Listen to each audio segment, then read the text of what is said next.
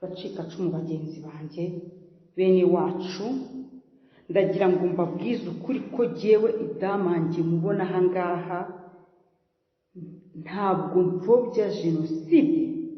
Mbibasubiriremo mwabyemera mutabyemera, jenoside narayikorewe, ntabwo nayipfobya. Nyipfobeje naba ndi igicucu kitagira ubwenge, nta n'uwayipfobya numva. Icyo nanga ni ikintu kimwe, kuyitwaza kubw'inyungu z'agatsiko runaka gashaka guhemukira abana b'Abanyarwanda ngo kabagire imbata. Icyo nicyo narambiwe. Ndabaramukije mwese abakurikiye radiyo televiziyo Impinduka. Uyu ni umwanya w'urubyiruko, iyi gahunda tuzajya tuyigarukaho buri gihe. Tuzajya dushaka urubyiruko ruze rutuganize ku bibazo by'u Rwanda ndetse n'uburyo rubona ibintu byahinduka. Njye muri kumwe nitwa Jean Bosco Twishyire Hamwe, hari n'abandi twazanye, ndagira ngo nabo basuhuze babibwire, duhereye kuri Aristide, anafite nawe YouTube channel. Iki kiganiro kizanyuraho yadusuhuza akatwibwira. Mwese ubundi ko bamaze kubabwira ko ari Aristide. Banyarwanda mwiriwe cyane, amazina ni Ndayishimiye Aristide. Nkuko mubizi mboneka kuri Mugirene TV n'ahandi hose wansanga. Amahoro y'Imana ari kuri mwebwe mwese turi kumwe. Urakoze cyane. Nari navuze iry'abazungu, iry'ikinyarwanda naryo nari navuze, kandi izina ni iry'iwacu, ni irya gakondo. Undi muvandimwe turi kumwe nawe yabasuhuza. Njyewe nitwa Kado Janvier, ndabasuhuje mwese abakurikiye iyi radiyo televiziyo. Tuje namwe duhuriye muri Zoom, ndizera ko tuzakurikira ikiganiro cyiza. Murakoze. Nawe urakoze cyane. Ubundi hano tuvuga ibibazo by'u Rwanda, ibibazo duterwa n'ubutegetsi bubi bwa FPR Inkotanyi, noneho tukanareba uburyo ibyo bibazo byakemuka. Rero muri urubyiruko akenshi tuzi ko ari intore babogeje mu mutwe, ariko mwebwe ndabona ibyo hari bitarabakozeho. Ndahera kuri n'ubundi Aristide atubwire, nkawe w'urubyiruko ni igiki cyaguteye guhaguruka ukavuga ukabona ibibazo by'u Rwanda ko hakiri abandi benshi basinziye? Burya kuvuga iyo urakoze muvandimwe, kuvuga ngo ni ibiki byanteye, ni uvuga ngo mba mfite impamvu. Bivuze ngo iyo mpamvu yiba itariho nanjye nari kuba ndi ikigori. Nta byanteye, ahubwo ni uko umuntu agomba kubona ibidatunganye ukabishyira mu buryo. Ariko n'impamvu nayo iraharetse ko icyo gihe mba meze nk'uwihorera, kandi burya ngo usurana umujinya ukinera, ni ikinyarwanda mvuze, mwihangana abadukurikiye. Icyo navugaga ni uko ababyumvishe kera ibyagiye bitubaho, gucikisha amashuri, kuba indimi zacu nyine ari nkeya, ibintu bijyanye n'ubumenyi bukeya, kuba nta bushobozi dufite, imirimo ari ntayo, buri kimwe cyose murabizi ko biba bitoroshye. Ni ingaruka nyine z'ubuyobozi bubi, aribyo navugaga nti burya umuyobozi mubi anyuza, cyangwa umushumba mubi anyuze intama ze zirona, inka ze zirona, inka ze zigwa mu ntuza, mu bihanamanga. Bityo rero natwe twagiye tugira ingaruka atari zo zanteye, kuko niba waravutse ugomba ufite amaso mazima, ugomba kuvuga ati ibi ntibitunganye, n'ubundi nta cyahinduka. Bagira icyo bagukorera kibi, bagira icyo bagukorera cyiza, ariko uri muri sayidi yo kuba hari ugomba kuvuga ibitagenda neza, n'ubundi ugomba, mbese n'ibyo twaremewe. Urakoze, ndumva ushobora kuba warangije. Janvier, nawe watubwira. Buriya umuntu ahagurutse akagira ikintu akora, ni uko hari impamvu iba imuteye. Nanjye ndi umwe mu rubyiruko rwinshi rw'Abanyarwanda rwarebye ibikorerwa iwacu, rureba ko urubyiruko rubayeho, ndetse ntabwo amaso agarukiye gusa ku rubyiruko, ahubwo twarebye no mu mpande z'igihugu ko abantu babayeho. Tubona ibi byinshi bikorerwa Abanyarwanda, by'umwihariko urubyiruko, hari uburyo rupyinagazwa rudahabwa amahirwe angana, bituma numva ko nanjye nafata umwanya ngatanga ibitekerezo cyanjye, nkavuga ibitekerezo byanjye byubaka cyangwa se byasana iyo sosiyete iri kugenda yangiza ahazaza h'u Rwanda cyangwa se imbaraga z'igihugu aribwo rubyiruko. Murakoze. nawe urakoze. Tumaze kuvuga ku mpamvu zatumye muhaguruka. Mu Rwanda hari abagerageje guhaguruka barabafunga, abandi baricwa. Abishwe urutonde ni rurerure, abari muri gereza urutonde ni rurerure, wenda namwe mwabagarukaho mukanagaruka no ku bindi bibazo mubona u Rwanda rufite. Buri wese turatangira tuvuga ibibazo tubona dufite, u Rwanda rufite, noneho tunarebe n'icyakorwa kugira ngo ibintu bibe byahinduka. Icyakorwa mbere na mbere dushishikariza urubyiruko guhaguruka rugakemura ibyo bibazo u Rwanda rufite, rugafata iya mbere mu kubishakira igisubizo. Rero reka noneho mpere kuri Janvier, mubaze ibibazo by'u Rwanda ubibona ute? Ese ubona ari iki cyakorwa? Wasaba iki urundi rubyiruko rutari rwatinyuka ngo ruhaguruke ruze kuvuga, cyangwa n'urutazavuga ukagira ikindi urusaba gukora? Byumva urakoze. Murakoze cyane. Iki ni ikibazo gikomeye kuko urubyiruko mu Rwanda kuko twagize ibyago byinshi, batwima amahirwe kugira ngo tube ibitagenda, baduha byinshi bidushuka, baduha ibitugira disitire cyangwa se tugira ibiduhuza cyane kurusha gutekereza ku buryo baka igihugu cyangwa se kureba ku bijyanye n'ubuzima bw'igihugu, kuko akenshi urubyiruko rwasanga rwibereye mu mikino yo gutega, usanga rwibereye mu tubari, bibereye mu mikino, ntabwo babona umwanya wo gutekereza ku hazaza h'igihugu.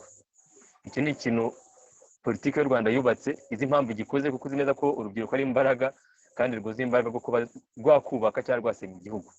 Rero benshi mu rubyiruko ntabwo bafata umwanya ngo batekereze ku gihugu, dore ko hanateye n'imvugo nyinshi ngo nta myaka 100 ntaki, usanga buri wese areba iby'uyu munsi gusa. Ni ikibazo gikomeye rero, kuko niba abayobozi b'igihugu bava mu rubyiruko, niba hazaza h'igihugu hari mu rubyiruko, urwinshi rukaba rwibereye muri ibyo ngibyo. Ndetse ikindi kibazo gihari ni ikibazo cy'ivangura rigaragara haba mu mashuri, haba mu mirimo, uri gukarangiza mu kiga kimwe ariko ugasanga wabona amanota menshi, ubonye make cyane baramupromotinze kubera ko ari impamvu zabo runaka twese tuzi. Ugasanga amanota bafatiyeho, hari abavuga ngo kubera ngo ibibazo ngo bagize bakamanura, kandi mwese mwavukiye muri generation imwe, mwese ubuzima mwabayeho kenshi burasa. Rero usanga icyo kintu cyo kugira ngo badistabinga urubyiruko cyica cyane cyane mu mutwe urubyiruko, bigatuma benshi baguma nkaho ntacyo bibabwiye, basa nkaho igihugu ntacyo kibabwiye, ahubwo bitekereza ku byo bari kuba mu mwiyo munsi. Rero ni ikibazo gikomeye cyane. Ngewe nanjye nkiri mu Rwanda nabanje kubona situation uko ari imeze, gusa ntibyaza kuba ngombwa ko mpaguma kubera impamvu zitandukanye, cyane cyane zijyanye n'amateka n'ubundi, zijyanye n'uko ukuntu kwisanzura kuvuga hari bidakunda, kuko urebye urubyiruko rwagerageje kuvuga, harimo bacyuma Hassan Dieudonné, ibyo bamukorera murabibona mwese mu makuru bicaho no ku mbuga nkoranyambaga. Karasira murabona, Ntayidamage ntabwo ari umuntu mukuru cyane, ni urubyiruko bagerageje kuvuga ibyo batekereza. Muri iyi minsi noneho hateye n'abandi nabonye harimo za Kasuku, usanga buri gihe basenya urundi rubyiruko utanga ibitekerezo bizima. Ibyo rero ni politiki yubakwa kubera impamvu runaka yo kugira ngo generasiyo y'urubyiruko izafunguka amaso ngo itekereze ku hazaza h'igihugu cyacu. Ni ikibazo gikomeye rero tugomba twebwe twabashije kubona ibyo ngibyo guhagurukira tukarwanya, tukabwira bagenzi bacu n'abatarabibona gahoro gahoro bazagenda babibona, kuko nk'abo bose bahagurutse ntabwo hashize igihe kinini bitewe n'uko bagiye bumva inama z'abandi. Rero dufatanyije twagokeye mu by'ukuri guhaguruka tugafunguka amaso tukabona ko urubyiruko ruri kurenganwa, tugomba kandi ruzarenganurwa nande, ni twebwe ubwacu, kuko nitutegereza ku bayoboye igihugu uyu munsi ntabwo byashoboka. Aribo bari kubaka iyo politiki, ntibyashoboka ko uyu munsi barengera urubyiruko. Bamwe na bamwe mu bana babo bo bafite promotion bitewe n'icyo bari cyangwa se n'imiryango bakomokamo, ariko nkatwe tuvuka mu yindi miryango nta mahirwe tugira. Usanga umuntu yarangije kaminuza agashaka akazi kakabura, ugasanga benshi abamotari, abazunguzayi ni abantu barangije kaminuza. Kubera iki? Imirimo ibonwa na bamwe bitewe n'uwo ari we, ndetse bakoze ku buryo bubaka sisiteme urubyiruko rusa nkaho baruhuza ku byatuma batekereza cyane ku hazaza h'igihugu ndetse nabo ubwabo. Ibyo rero ni ikibazo gikomeye numva ko tugomba kuganiraho ndetse tukagiraho inama abandi batarabisobanukirwa, maze twese twafatanya, twese tumaze kumva icyo kintu tukabona ko igihugu ari icyacu, ko hazaza h'igihugu ari mu maboko yacu, twakirwana kandi tukagitsindira. Murakoze cyane. Nawe urakoze cyane. Urubyiruko barukoreye ibirurangaza, imikino itandukanye, rukorerwa akarengane karutera kudatekereza neza cyangwa kugira ibibazo. Ugerageje akiga akarangiza nta kazi abona kubera yuko akazi gafite ba nyirako bari muri ako gatsiko. Ukabwira urubyiruko uti rero tugomba guhaguruka tukareba uburyo turwanya ibyo byose. Hari ahantu waruvuze ngo ikibazo ngo cy'amateka, ubundi bajya bavuga yuko urubyiruko rutazi amateka, iby'urubyiruko ruzi ari uko inkotanyi zaje mu Rwanda ngo zigahagarika jenoside. Nawe niko byumva? Nawe uvuye mu Rwanda vuba, hari urubyiruko mwabanye maramatsiko, abantu bavukiye hanze cyangwa badaheruka mu Rwanda, urubyiruko rwo mu Rwanda mubibona gute? Amateka muyabona gute? FPR yaje kuko ije kubohora abanyarwanda, ubibona ute? Icyo navuga icyo urubyiruko rushaka kumva rurumva kandi rurabizi. Nubwo bwose batavuga, ntabwo bivuze ko batabizi cyangwa se batabibona. Abenshi kubera ubwoba, kubera ingaruka nyine z'amateka, twaricikiye kugira ngo nyine twirinde cyangwa se turinde ibyo twifuzaga kugeraho muri kiriya gihugu. Kuko nkanjye nk'abo twabanaga, nk'urubyiruko twabanaga, twageraga tukabiganira rimwe na rimwe, ariko hari uburyo baje bubakamo uburezi, berekana ko igihugu mbere y'94 kitabagaho, ko cyari cyarapfuye, cyaherukaga kubaho muri 59. Ibyo hari ababizi kandi benshi, ariko kubera guterwa ubwoba, kubera guhora mu bukene batabasha kubona uko babaho, umuntu ahangayikishe n'icyo kurya no kubaho mu buzima, ntabwo abona umwanya wo kugira ngo ajye gutekereza cyangwa se avuge kuri bya karengane bahura nako. Amateka baba barayahinduye. Njye nagize amahirwe uyu munsi nakurikiranye ibiganiro cyo kuri Sinijuru TV, maze kumenya amateka, kandi nubwo nari nzi, ariko noneho nagize nivo ihambaye ku mateka y'igihugu cyacu. N'uyu munsi ndabikurikirana, ariko hari na benshi bari mu Rwanda barabikurikirana kandi bazi ukuri. FPR rishuka ko wenda batabizi cyangwa se, ariko ni ubwoba bafite n'inzara, kuko ufite inzara ntabwo wabona umwanya kugira gutanga ibitekerezo byawe, ahubwo ubona umwanya kugira ngo ujye gushaka icyo kurya. Kandi ni politike bubatse bazi impamvu bari kubikora, bazi impamvu bagomba gusenya urubyiruko, kuko arizo mbaraga z'igihugu nyine. Babyubatse bahereye mu burezi. Muzarebe nk'ibitabo byo muri primaire, bakuye ibitabo bizima byo muri lycée bakambakira ibitabo bigisha abana iby'94 gusa. Education de base nta ikibaho. Rero ni ibintu bubatse, ariko ku muntu wese ushishoza, ngenda tanguza urugero kuba twabanaga, bazi ukuri, bazi ibiba, bazi n'ibyabaye, ahubwo kubera ubwoba, kubera n'ubuzima bubi, baricekera nyine, bakicekera bakareba nyine biri kuba, ariko barabizi abenshi. Urakoze cyane. Ubwo navuga ni bya bindi byambarimo mbazi, urubyiruko ruzirimo ruzizi, ndavuga inkotanyi. Ubwo rero hari ibibazo bitandukanye byugarije urubyiruko, byugarije buri banyarwanda. Uri kuvuga uti ni uko bafite ubwoba n'iki.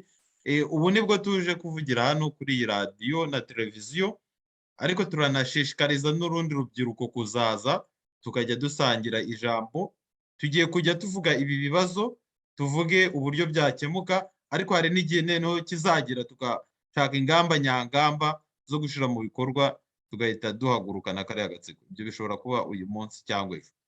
Nta mwanya dufite wo gutinda. Ibimaze kuba ku banyarwanda birahagije, ndetse byararengereye. Rero ni umwanya wo guhaguruka. Abagisinziriye ntabwo uzakomeza kubabara gutyo gusa, ahubwo ushobora gushaka uburyo uva muri ako kababaro abavandimwe bawe inshuti zawe ndetse n'abazagukomokaho bakazaba mu gihugu kitarimo kurenganya. Hari ibintu wari uvuze uti inkotanyi zivuga yuko u Rwanda rwari ruherutse kubaho muri 59 ubundi rwongera kubaho 94 zifashe ubutegetsi. Ndongera nibutse nyine abadukurikije nk'uko nabivuze, urubyiruko rurabizi, ruzi ibibazo rurimo, ahubwo icyo dukeneye muri aka kanya ni uguhuriza hamwe tugashaka ibisubizo by'ibyo bibazo. 59 abari ku butegetsi, benshi mu bari mu butegetsi batashakaga kubusangira n'abandi, bafashe icyemezo cyo guhunga, barahunze. Ariho byageje muri 62 aho abanyarwanda basezereye ingoma ya gihake ndetse n'ubukoroni. Hacemo imyaka myinshi abahunze bashaka kugaruka, badashaka kugaruka ngo baze bafatanye n'abandi kubaka igihugu, ahubwo bashaka kwisubiza ubutegetsi.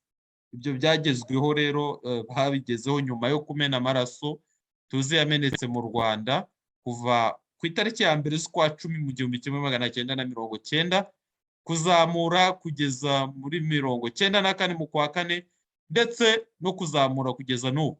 Ba Kizito Mihigo bapfuye vuba, ntabwo bapfuye muri 94, bishwe muri iyi myaka turimo. Ba Cyuma Hassan bafunzwe muri iki gihe, ba Idamange bafunzwe muri iki gihe, ba Niyomugabo barigishijwe muri iki gihe, abenshi duhamya ko yishwe, ndetse n'abandi n'abandi. Urutonde ni rurerure. Rero ibyo bigaragaza ahubwo babandi bavuga yuko igihugu kitabayeho aribo bashaka kukirigisa, nibo bagishimuse. Ntabwo kikiri igihugu cy'abanyarwanda, ahubwo umuntu yavuga yuko ari akarima kabo.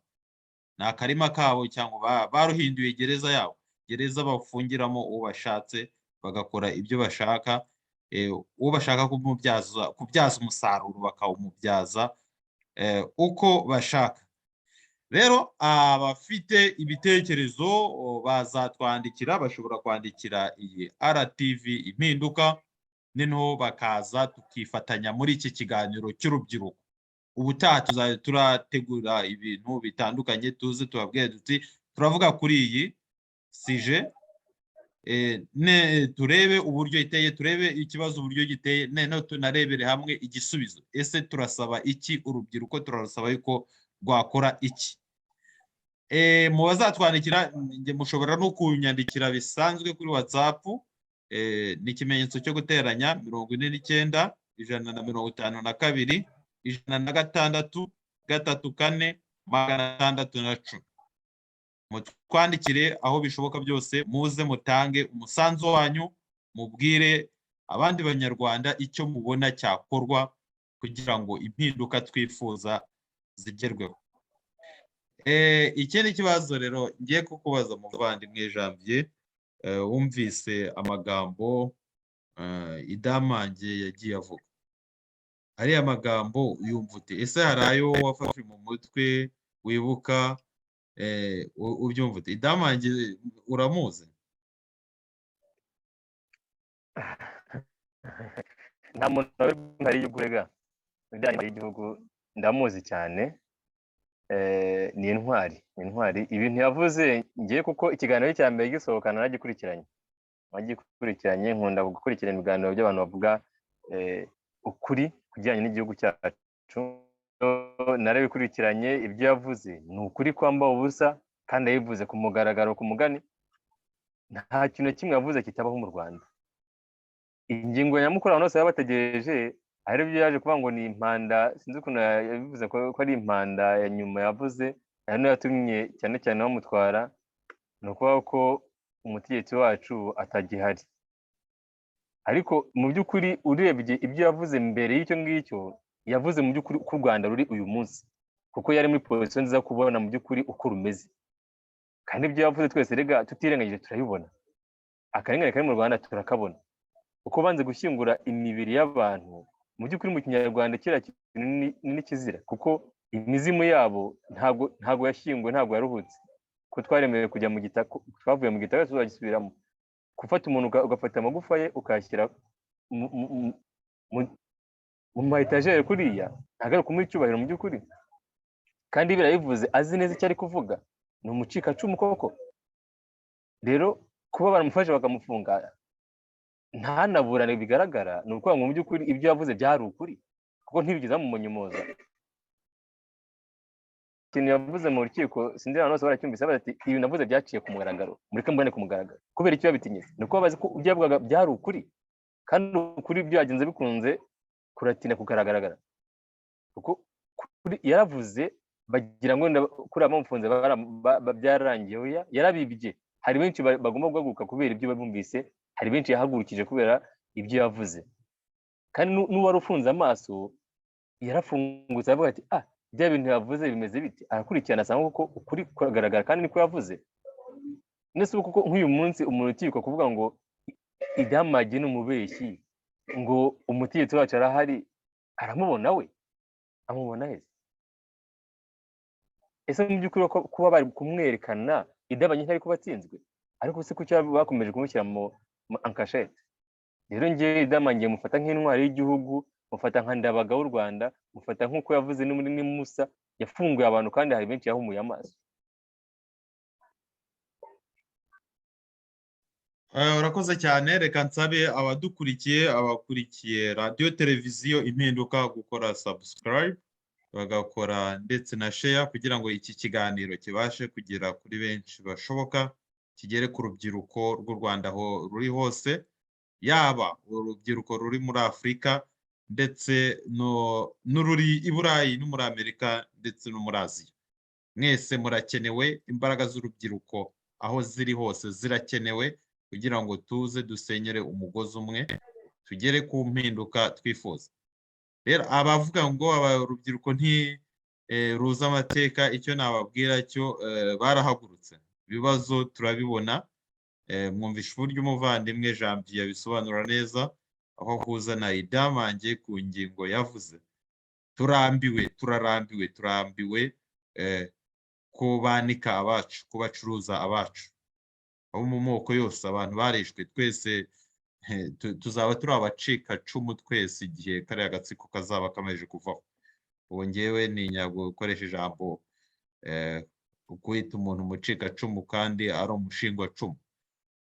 Iyo bitaba ibyo Kizito ntaba yarishwe, iyo bitaba ibyo ntabwo Idamage aba ari muri buriya buroko. Rero ni uguhaguruka tugatabara abacu batarashira. Umuvandimwe avukira gukura abandi mu makuba. Ese hari n'ikindi cya Cyuma Hasani. Cyuma Hasani yarahagurutse ajya mu baturage, akajya abaha ijambo. Se niba waragiye uganira n'urubyiruko cyane, Cyuma bamwumva gute? Hari umuyobozi nigeze kumva ajya ku kigo cyabo aravuga ngo uriya muhungu ngo yarananiranye n'ibiki. Wowe wumvaga Cyuma bamuvuga gute cyangwa umubona ute? Ese hari umuntu w'urubyiruko washishikariza gukora nka Cyuma? Mu by'ukuri Cyuma Hasani ntabwo abwira umuntu ngo mushishikarize gukora nka Cyuma, kuko iriya ni impano iba idasanzwe, ibije gutyo, kuko mbere y'uko avuga ntaba ari umuzi, nta n'uwo avuga ngo yarebeyeho. Ni impano ye, igihe cyo gutanga ubutumwa cyari kigeze.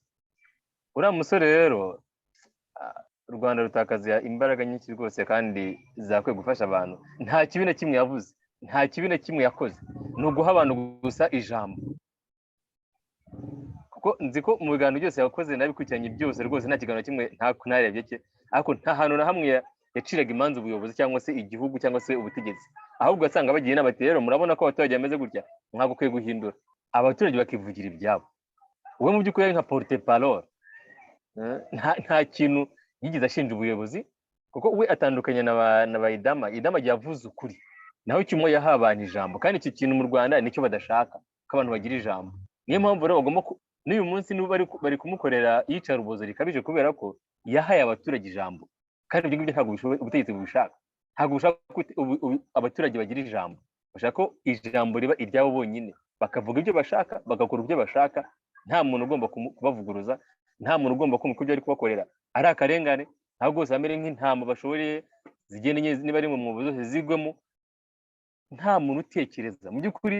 Bishobotse ko buriya butegetsi buri mu Rwanda kari agatsiko ka FPR kayobora abanyarwanda bakamera nk'intama, bakishima kuko nibyo bashaka kohereza. Naho umunyarwanda atangiye kuvuga akavuga akarengane ke, ntabwo bishimisha ubuyobozi. Rero icyo cyuma ni ugutanga ijambo ku baturage. Uri ku mavideo yaciyeho aratotezwa, arakubitwa buri munsi kubera ko yahaye ijambo gusa abaturage. Icyo ntabwo rero ku byo warumbajije by'uko urubyiruko rumwumva, rero ega abajene, urubyiruko rw'abanyarwanda ruzi ukuri. Ikibazo dufite ni ibibazo navuga ko ari bibiri. Icya mbere ni uguhezwa, n'icya kabiri ni ukujijishwa bakerekwa, kuko hari urubyiruko rwinshi bafashe rushinzwe guhuza abandi gusa, kurangaza abandi. None mwe mugahora murangaye, ntimubone umwanya wo gutekereza ku gihugu cyanyu cyangwa se ku hazaza hanyu cyangwa se ku karengane kari gukorerwa abanyarwanda. Icya kabiri ni ukubicisha inzara. Buriya inzara ituma udatekereza ko hazaza hawe, gutekereza ku cyo kubona cyo kurya. Ni ikibazo gikomeye, ni ikibazo gikomeye cyane. Cyuma rero ni intwari yanjye, intwari y'abanyarwanda ndetse n'urubyiruko ruri mu Rwanda. Reka turavugana tuzi byinshi, ariko ikiba n'imbarutse gusa, ko imbarutse ya revolution ubwo nta muntu umenya aho ituruka. Ikiba n'imbarutse gusa, bose muzabona ko bazasohora ibyari bibarimo, bakerekana mu by'ukuri uwo bashakaga cyangwa se icyo bifuza ku hazaza h'u Rwanda cyangwa se ku hazaza h'urubyiruko. Murakoze cyane. Janvier, uvuze amagambo akomeye, uti Cyuma ni intwari. Ni intwari, ntawe nasaba kumera nkawe. Natwe ntawe dusaba ibirenze ibyo afite. Umuntu wese turamusaba ibyo ashoboye, ntabwo tumusaba ibirenzeho. Niba ushoboye kwandika, ngwino ushobora kwandika interuro imwe igahindura benshi. Niba ushoboye kuvuga, ngwino ugire icyo utubwira. Niba ushoboye no gutanga sinyari, n'abagira bagaseka abantu bakumva icyo bashatse kuvuga, cyangwa bakarakara bakumva icyo abantu bashatse kuvuga. Buri wese azazane impano ye, niyo dukeneye kuri uru rugamba kugira ngo tube twagera ku mpinduka dukeneye. Ntabwo dukeneye ibirenze ibyo ufite. Wowe ugomba kuza ukatwereka ko turi kumwe, ubundi tukakwereka nawe icyo ukora tugendeye ku cyo ushoboye. Hari amagambo uvuze uti Cyuma bamuhoye ko yahaye abaturage ijambo. Abaturage, abanyarwanda nta jambo bafite. Agatsiko kabasikamiye niko gashaka kugira ijambo konyine. Ayo ni amagambo akomeye. Rero baturage, niba mushaka kugira igihugu cyanyu, niba mushaka kugira ijambo ryanyu, rubyiruko mudukurikiye, tugomba no gushaka uburyo twiha ijambo. Wariduhaga ari mu buroko, dushobora kwiha ijambo nawe tukamuha ijambo. Nawe yari afite byinshi ashobora kuba yavuga. Wavuze uti hari aho atandukaniye na Bayidamange baravuze, we aha abaturage ijambo. Njye navuga nti we yagaragaje neno ibyo bavuga, ukuri kw'ibyo bavuga. Yashumangiraga ibyo bavuze. Ni kwa kundi abantu biga bikaba ngombwa ko banakora pratique.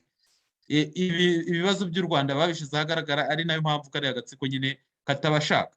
Ariko since umunsi wa nyuma wakagombye kuba uyu, iyo revolution wa mugani tukayitangira, tugomba kuyitangira byanze bikunze. Imbarutso yo nayo tugomba kuyishaka. Ikomeje gutinda, tugomba kuyishaka ibintu bikarangira. Rero muvandimwe Janvier, twafatanyije iki kiganiro cy'uyu munsi, kitari kirekire, twifuje ko kigomba kuba kigufi.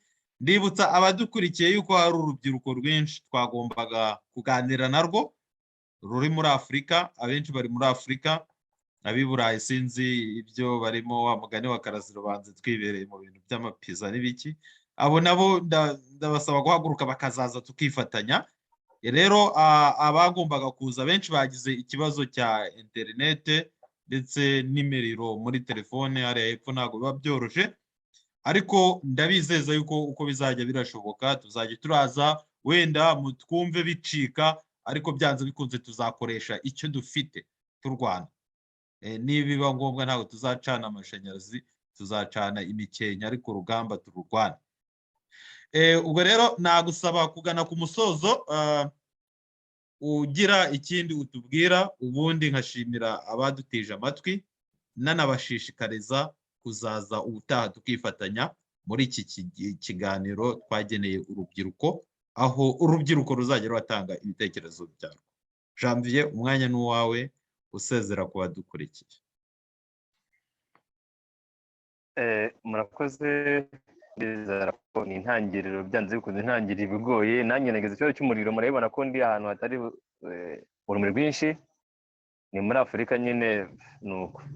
Ariko icyo nasozerezaho ni intangiriro, mwatubwiye ko ari intangiriro, ni byiza kuko buri intangiriro iragoye byanze bikunze, no kugira ngo twumve ko u Rwanda rufite ibibazo byaje nyuma. Hari imbere twabonaga ko byose bigenda bitewe n'uko twari dufunze amaso nyine, ariko ugenda we ufunguraho gake gakeya nk'uko kundi nyakubahwa perezida ucane ku maso, ugenda ufunga ukabona ukuri. Hari ukuri kwinshi twagimenya tutari tuzi tukiri hariya, hari n'ukuri abavandimwe bacu bari hariya bazi nubwo bose batawugaragaza. Rero icyo nashishikariza abagenzi banjye b'urubyiruko ni uko ibyo bafite noneho igihe kirageze kugira ngo babisohore, kuko dufite byinshi tubitse mu mitima. Hari umuhanzi ba Jay Polly yize kuririmba ngo nubwo ducitse ntabwo ari uko turi ibicucu, hari ibituri mu mutima yacu. Rero igihe cyageze kugira ngo tubisohore, tubivuge. Niba ari agahinda kawe ukavuge, uruhuke, kuko igihugu cyacu kiri mu maboko yacu, ni twe kizacyubaka, ni natwe tugomba kugisenya. Niyo mpamvu nshishikariza urubyiruko kutishora mu mikino nk'iyo nabonye. Hari urubyiruko muri iyi minsi nabonye mu Rwanda, ntamuvuga ko ntabwo ari ibanga, umujene bita Kasuku. Imikino arimo twe turenge iby'ubwoko, turenge ibidusenya bidahuza igihugu, kuko kiriya gihugu tutabyemera tuzakibanamo. Ni igihugu cyacu nk'abanyarwanda, tutavanguye amoko cyangwa se kubera ubutegetsi buriho tukajya guhakwa. Tugomba gufunguka tukamenya ko kiriya gihugu kiri mu maboko yacu, kugira ngo baracyambuye abanyarwanda bagiha agatsiko n'abagakorera, birumvikana.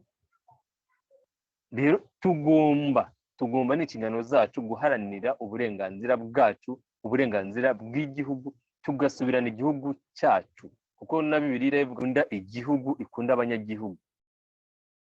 Tugomba rero gufunga amaso tukagiharanira mu mbaraga zacu zose dufite, ari izo kuvuga, ari izo kwandika nk'uko yavugaga, n'izindi zose, ariko zitarimo nkanjye ku giti cyanjye. Ntabwo nifuza imbaraga zo kumena amaraso.